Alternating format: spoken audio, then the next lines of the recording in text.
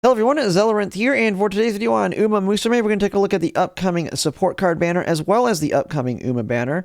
And with that, we're going to be getting the new SR Stamina Tokai Teio card and then the SSR Mr. CB. Probably heard quite a bit about this card being a very good pickup for end closers.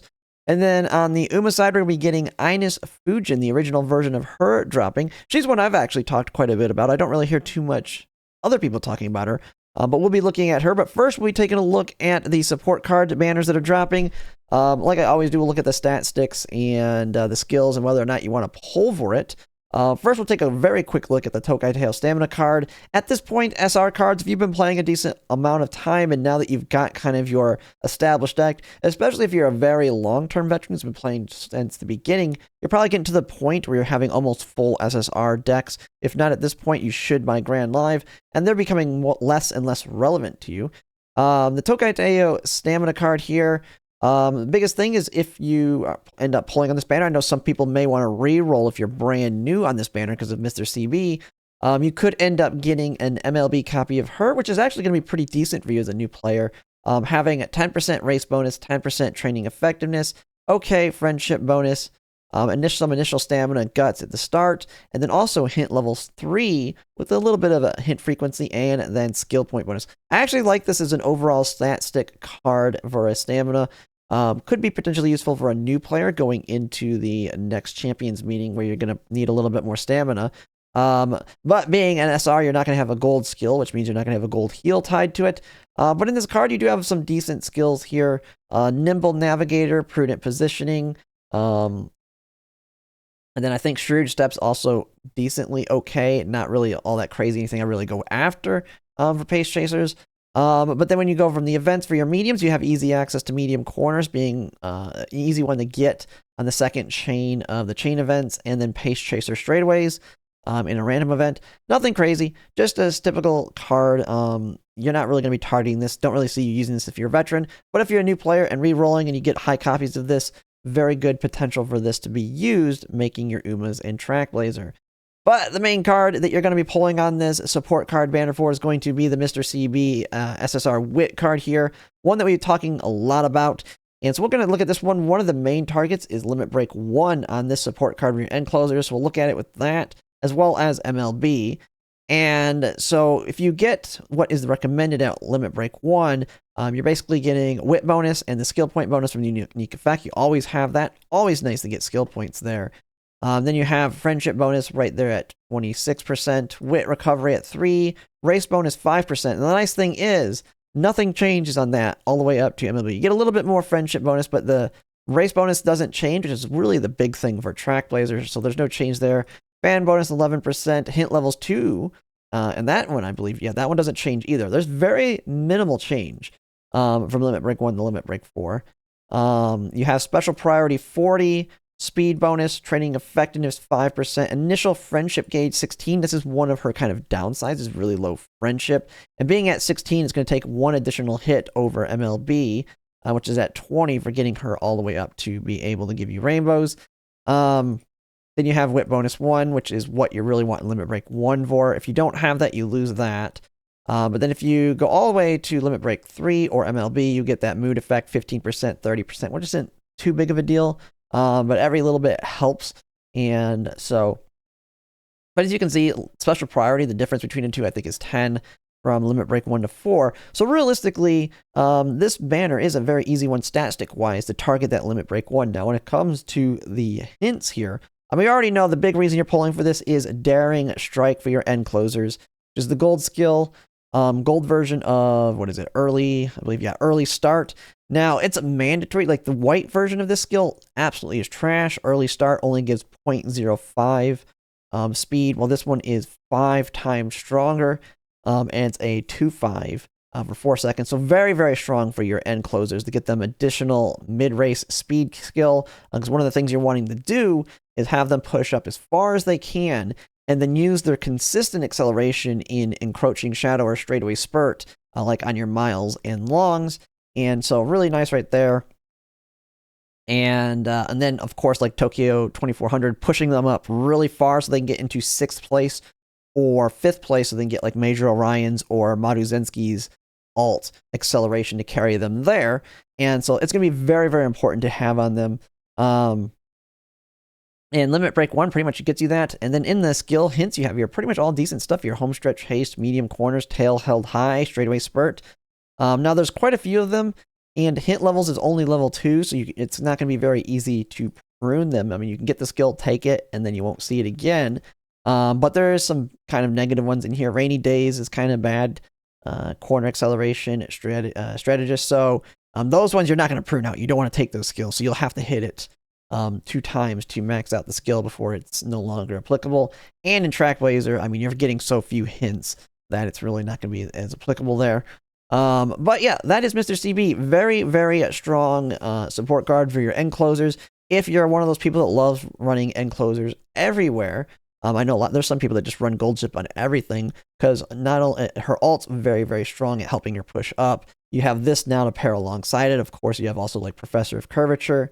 You have Tamamo Cross. She has Tail 9. So many things that help push them up, get them into the position to be like alongside late surgers or even potentially pace chasers, and then just outright win because they're way faster in the late race. So to me, this is a big card. Now, if you're in a situation like me, something I kind of need to start discussing and thinking about now as you're pulling for support cards, especially if you spend a little bit of money and you've been kind of very resourceful or lucky on your support card banner pulls, is what is going to be your main borrow card. For me, if you have everything else that you're going to need for your end closers, and you've kind of planned out all the champions meetings you're going to use them, which is the ones that are meta, which are going to be like maybe the miles and longs, what are your support cards you're using there?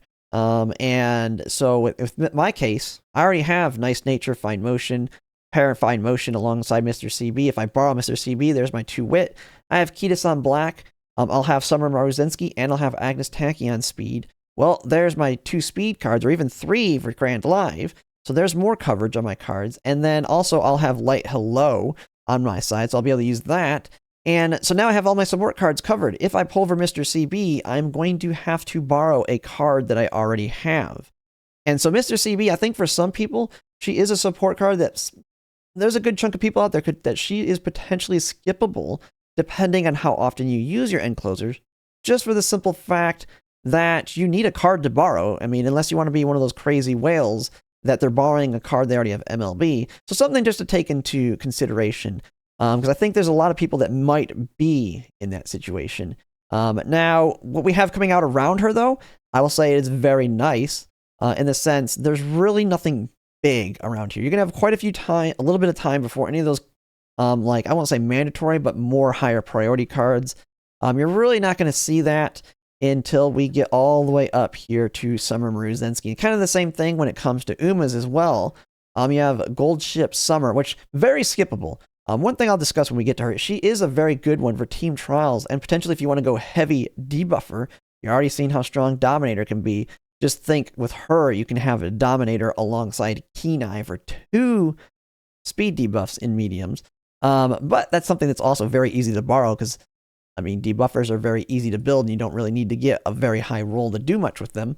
And then after that, you have a little bit of time before like the other big ones like Corpano Ricky and the Light Hello Agnes Tachyon. So, I mean, if you have plenty of carrots, now it is a good time to pull. You do have some time to save up after this one. But that's Mr. CB Wit. And then on to the Uma here. Now, this is one I've actually been talking a lot about. Originally, I was just all in on skipping her. And I feel like for most people, she's going to be a very easy skip. And we're going to take a look at her. But I feel like she's very, very good as a parent.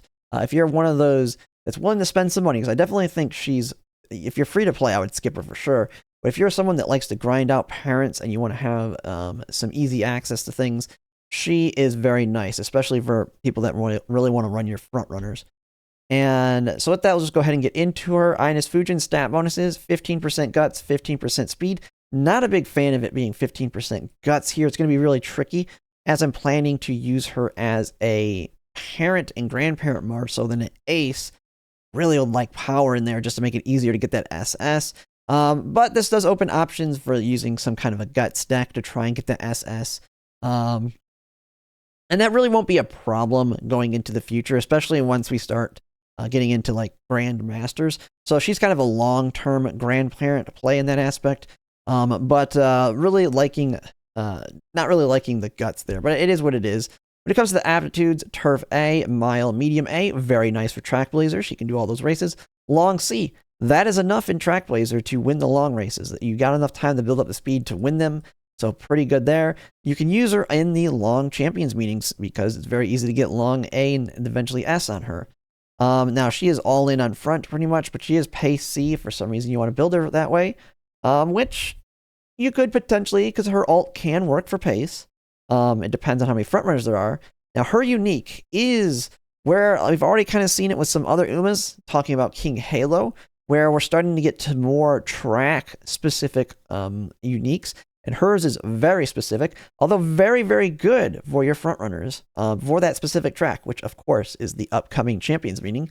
And that is, she moderately increases velocity when positioned towards the front with about 300 meters remaining.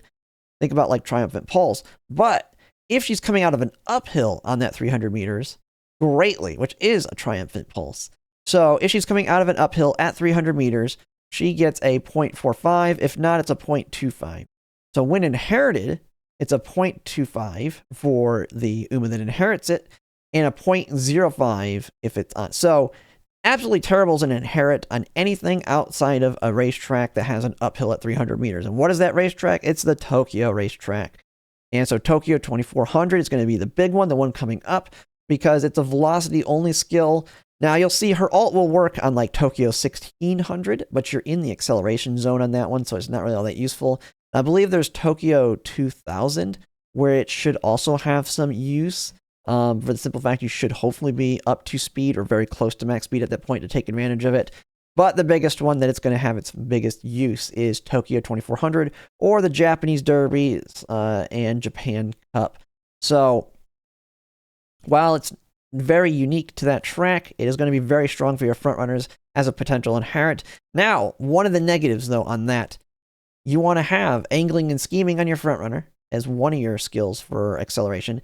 And then OG Maruzensky's ult for your others, because her OG Maruzensky's activates almost perfectly. It's a little tiny bit late, but that plus angling and scheming is going to give you that 0.4 acceleration on inherit. So Ines Fujin is more of a grandparent inherit, meaning she's not mandatory, but definitely a good one to get on your grandparent to potentially pick up as a win the race condition. With a very strong, and it'll be consistent. It will always activate at 300 meters for a frontrunner, which with Triumphant Pulse you cannot get. So really nice there. She has, now when it comes to parenting is the skill part of here. She has Slipstream built in, a pretty hard to get skill right now. And so trying to get that built into parents and grandparents, very nice to have it there. And her having it built in means you can get it now. Now, I will say in the future, we do have access to Daitako Helios power, or not power, where is it? Speed, that will have the gold version of it that you can borrow to get access to it pretty easily. And then eventually a support card that I'll say for anyone that likes running parent runs, that will be a good dip your toes in and pick her up in 200 pulls will be nice nature power, because she has Slipstream, Nimble Navigator, and Tail Held High, easy access. So while it's really hard to get now, we will have easier access to it in the future. But if you're like me and you want to get really grinding on those skills, that's a big one to go into. And nice thing is, she's not an Uma that you're going to be building as an ace a lot. So having a very strong generic grandparent will be nice, versus like what I have right now is a strong Mihono Bourbon grandparent, which absolutely sucks for building Mihono Bourbon aces because of the affinity negative. We have that. She also has the new skill you might have seen in your, if you've done any Track Blazer runs when we got the update like a few days ago, with All My Soul. So this one is kind of like a weaker, but it's still decent, Speed Eater for mediums. So instead of for miles, what Speed Eater is, this one works on mediums. Now it has a 0.15 speed increase, and then it decreases the 5 girls behind you's speed by 0.035. Nothing too crazy there, but she has the gold version of it, Wild Wind, which then is a 0.35 speed increase for her and a negative 0.15 to your opponents. Very, very nice. It's one reason why after I pull her, I will be building her for Tokyo 2400, as not only is she going to be strong herself with this skill to push her up, it's going to not help my other aces, which will probably be a Mihono Bourbon and OG Maruzensky. And so that'll be really nice. And just like with Speed Eater, if I can get this skill on my two other frontrunners, plus this one on her, they're all just ping-ponging off each other and pushing not only themselves forward, but their opponents back. So really, really nice there. She also has Speed Eater for Miles built in. So she's got both of the debuffs. Now, they can't use them both together, of course, because it only works on... this one only works medium and this one only works mile, but she has both of them, which is nice. Speed Eater is always nice to have if you want to build it for mile. She does have Restless built in, so for Tokyo 2400, don't need to worry about bringing Super Creek. You should be able to build her and have just this Restless and be fine, which means you might be able to use a different card outside of Super Creek that might be a little bit better for whatever you're going with. And then it has Tokyo Race Course to give a little bit of additional stamina to her. I mean, this is the track she's strong on. So you have one of your greens built in, because I really wouldn't build her as an ace for anywhere else outside of Tokyo. So that's like a default, very good. She has Playtime's Over built in, another very strong, good frontrunner skill. That's a little bit harder to get to. Decent amount of cards can give it, but nice to just have it right off the bat. Same thing with Dodging Danger. Decent amount of ways to get it, and it is also a skill you can pick up from random rival races. But just having it built in is really nice. You pair that with Prudent Positioning or Ignited Wit, and she's really good. She has Early Lead, although you should still be trying to get the Mihono Bourbon Wit card and get the gold version of this with taking the lead, but having it built in is pretty nice, especially for career runs, if you can take that right on, get that as early as possible. But I don't know if it's... One of these is Secret Event. That one is from the Secret Event, so you won't be able to get it from a Track Blazer, I believe. But down the line, you will have access to it a little bit easier. I think it's the same thing with Frontrunner Straightaways. But overall, pretty good. And I know I'm yapping a lot about her. She's an easy skip. I'm just going to say that. She's an easy skip for most people. But I think she's very good for those of us who are really into just really trying to make those top tier, not only grandparents, but also great grandparents.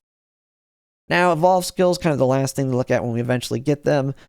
She evolves Restless to now have a speed increase in it. So always nice. Now there is going to be eventually Air Shocker Stamina, I believe, in the future. That one is got a heal built in that's also got a speed increase. I think it's called Train Reaction. That'll be like the strongest heal out there. I think for quite a while. I don't even think anything surpassed it yet. Just because having speed tied to a heal is very, very strong. But she has one by default built in when we eventually get the evolve skills. And then we have the second one here where she converts the speed one. I believe this makes it last longer, right? Yeah, it goes from 1.8 seconds to 4 seconds. So a 4-second decrease to your opponents behind you, while also having a 0.35. So very strong push-up. I mean, if you just add it together, the distance she's going to get from herself to her opponents is going to be a 0.5. So very, very strong. Now, there's that. Now, when it comes to the pulls around her, and we already kind of talked about them, there's not too much you have to worry about. All the way up until basically Summer Maruzensky, unless there's like you want to pick up Seiyun Sky. But you have Gold Ship Summer, Porpano Ricky.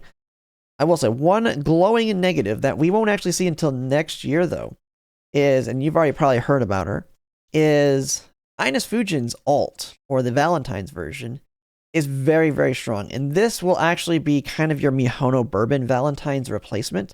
When the new Mihono Bourbon support card drops that has groundwork, or golden groundwork, basically. And she works just like Mihono Bourbon Valentine's. We don't need to go into detail on her, but she's the alt version of of Ines Fujin. And so, of course, if you're like me and you're grinding her out and you get like a god tier grandparent of the OG Ines Fujin, you'll have that affinity issues with her. You won't be able to use Ines Fujin original as a parent for her. So that's just something you kind of take into account. And if you really just want to, if you're trying to min-max and get as many different Umas as you can, just know this is going to be the better Ines Fujin to pull for sure, especially when it comes to making an ace.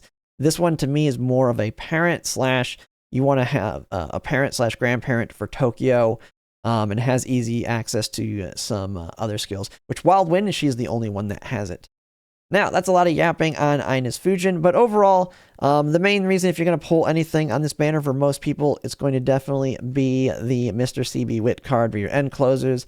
Other than that, just go ahead and skip and save up for Summer Mruzensky or Agnes Tachyon speed / light hello. That's going to be a mandatory banner. The more pulls you can have, hopefully 400, the better.